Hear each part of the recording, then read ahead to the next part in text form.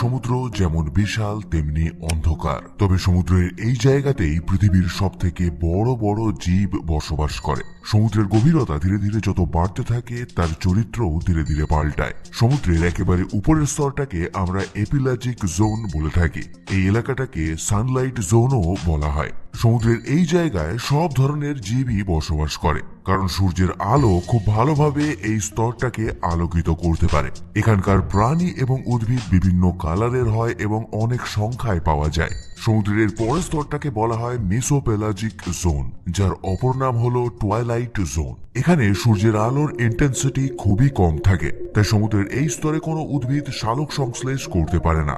সমুদ্রের 1000 মিটার গভীরতার নিচে সূর্যের কোনো আলোই পৌঁছাতে পারে না, আর এই এলাকাটাকে মিডনাইট জোন বলা হয়, বিজ্ঞানের ভাষায় ব্যাথিপেলাজিক জোন। এখানে শুধু এক ধরনের আলোই দেখা যায়, সেটা হলো বিভিন্ন জীবের শরীর থেকে বেরোনো বায়োলুমিনেসেন্স।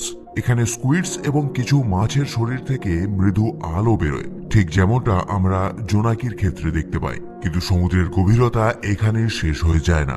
সমুদ্র আরো অনেক অনেক গভীর। সমুদ্রের আরো গভীরে গেলে আমরা অ্যাবিসোপোলাজিক জোনেতে পৌঁছাই, যার গভীরতা 6000 মিটার পর্যন্ত হতে পারে। ভূপৃষ্ঠের উপর আমরা বায়ুমণ্ডলের যে চাপ অনুভব করি, সমুদ্রের এই গভীরতায় সেই চাপ প্রায় 600 গুণ বেড়ে যায়। অদ্ভুত ব্যাপার হলো সমুদ্রের গভীরতা আরো অনেক বেশি হতে পারে। অ্যাবিসোপোলাজিক জোনের পরে শুরু হয় হিডেল জোন।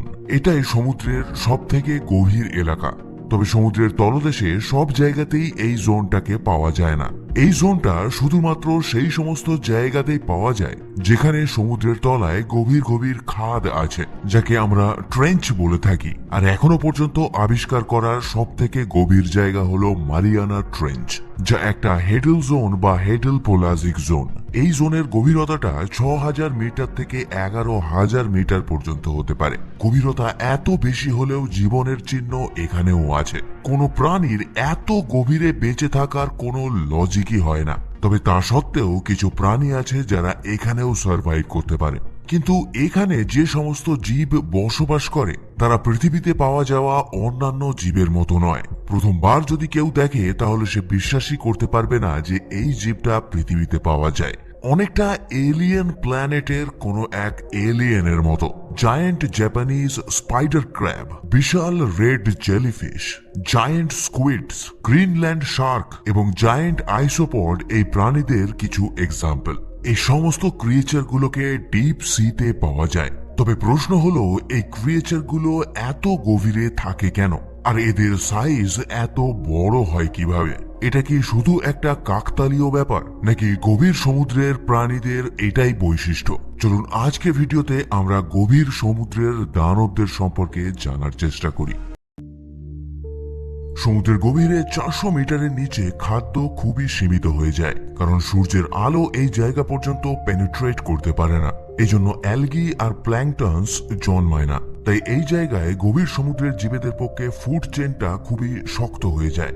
বেশিরভাগ ক্ষেত্রে সমুদ্রের উপরের স্তর থেকে যে পচা গলা জিনিস ধূলিকণার মতো বৃষ্টির রূপে সমুদ্রের নিচে নেমে আসে, এই স্তরের জীবদের সেটার উপরেই নির্ভর করতে হয়। একে মেরিন স্নো বলা হয়ে থাকে। এই মেরিন স্নো এর মধ্যে মরা প্ল্যাঙ্কটনস এবং মরা মাছ বা অন্য কোনো প্রাণীর দেহাবশেষ থাকে, যা সমুদ্রের তলায় এসে পলির মতো জমা হয়। গভীর সমুদ্রের জীবরা ডিরেক্টলি কিংবা ইনডিরেক্টলি এই মেরিন স্নো এর উপরেই নির্ভর করে খাদ্যের জন্য।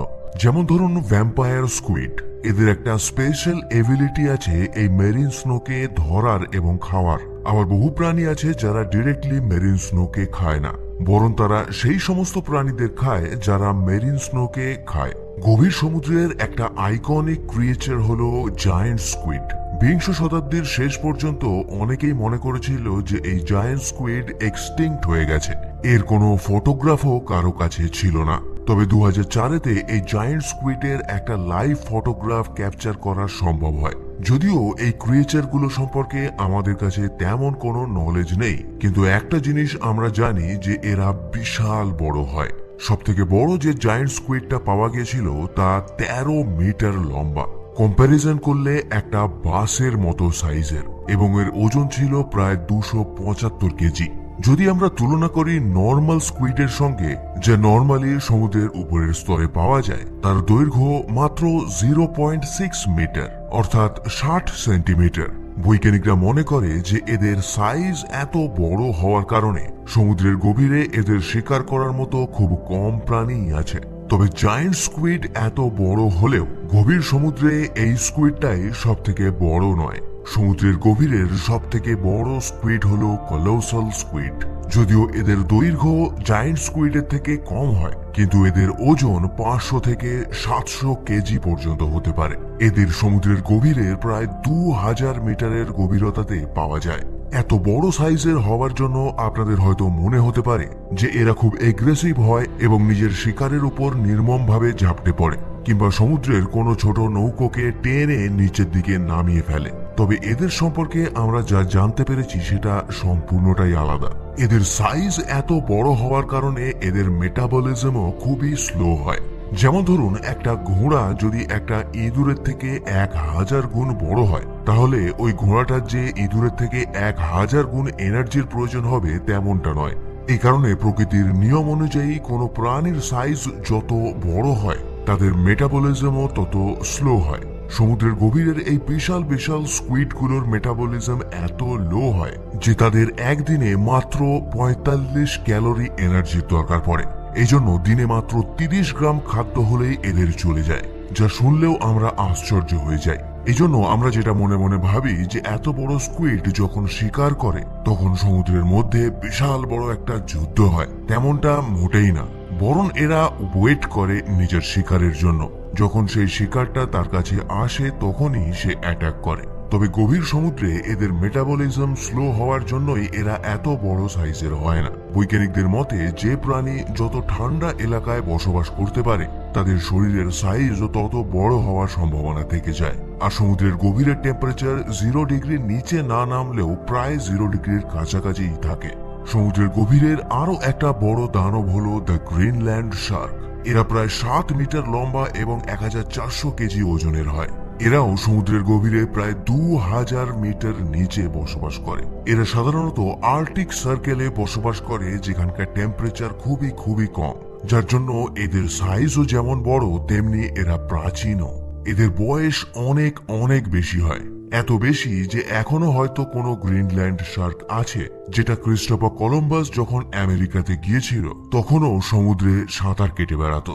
বৈজ্ঞানিকরা অনুমান করে যে এদের এভারেজ বয়স প্রায় 270 বছরের কাছাকাছি। তবে এমনও কিছু গ্রিনল্যান্ড শার্ক আছে যাদের বয়স 500 বছরেরও বেশি। আসলে এই শার্কের চোখেতে এক ধরনের প্রোটিন তৈরি হয়, আর এই প্রোটিনগুলো বয়সের সঙ্গে সঙ্গে ডিগ্রেড হয়ে যায় না। তাই এই প্রোটিনের কার্বন ডেটিং করে বৈজ্ঞানিকরা বলে দিতে পারে যে শার্কের বয়স কত। এই টেকনিককে কাজে লাগিয়ে একটা শার্কের বয়স প্রায় 512 বছর অনুমান করা গিয়েছিল।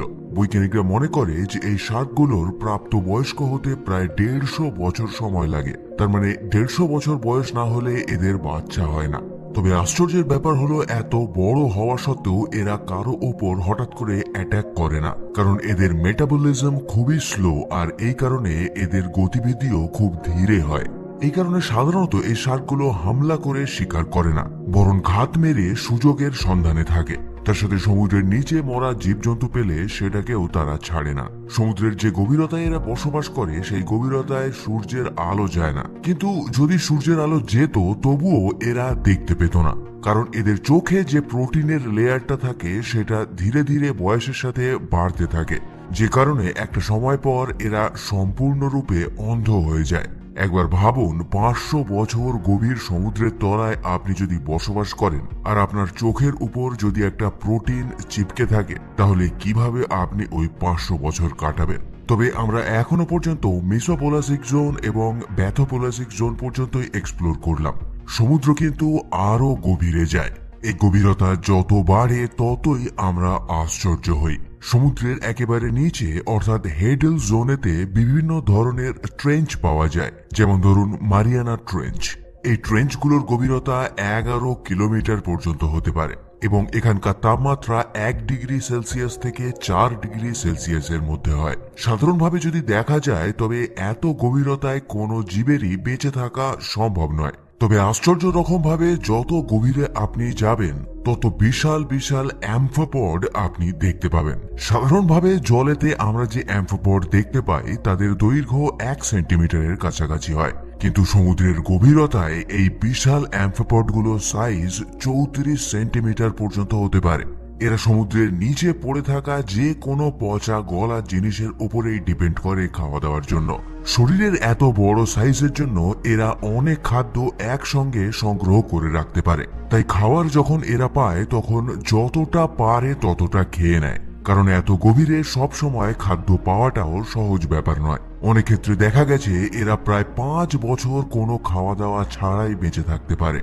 তবে সমুদ্রের গভীরের এই জগৎ সম্পর্কে বৈজ্ঞানিকরাও এখনো সম্পূর্ণভাবে জেনে উঠতে পারেনি। তবে আমরা এটা জানতে পেরেছি যে এই জীবজন্তুগুলো যারা সমুদ্রের এত গভীরে এত হার্শ এনভায়রনমেন্টের মধ্যেও বেঁচে থাকে, তাদের কাছে একটা ছোট্ট চেঞ্জ তাদের সম্পূর্ণ এনভায়রনমেন্টকে নষ্ট করে দিতে পারে।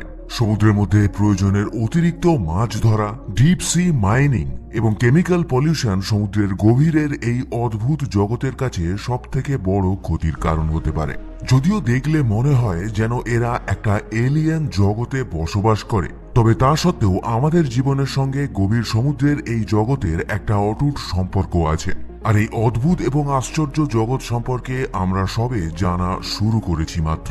ভবিষ্যতে আরো কি কি তথ্য আমরা জানতে পারবো সেটা ভবিষ্যতই বলে দেবে। তো বন্ধুরা, আজকে এই পর্যন্ত। এই ভিডিওটা যদি ভালো লাগে তবে একটা লাইক এবং অনবধূদের সঙ্গে শেয়ার করতে একদম ভুলবেন না। চ্যানেলে আপনি যদি নতুন এসে থাকেন তবে অবশ্যই সাবস্ক্রাইব করে বেল নোটিফিকেশন বাটনটা অন করে নেবেন। আপনি যদি সাবস্ক্রাইব করে থাকেন তবে আপনাকে অসংখ্য অসংখ্য ধন্যবাদ। আজকে এই পর্যন্তই, আবার দেখা হবে পরের ভিডিওর সাথে। ততক্ষণের জন্য স্ক্রিনের এই ভিডিওগুলোর মধ্যে যে কোনো একটা আপনি এনজয় করতে পারেন। ধন্যবাদ।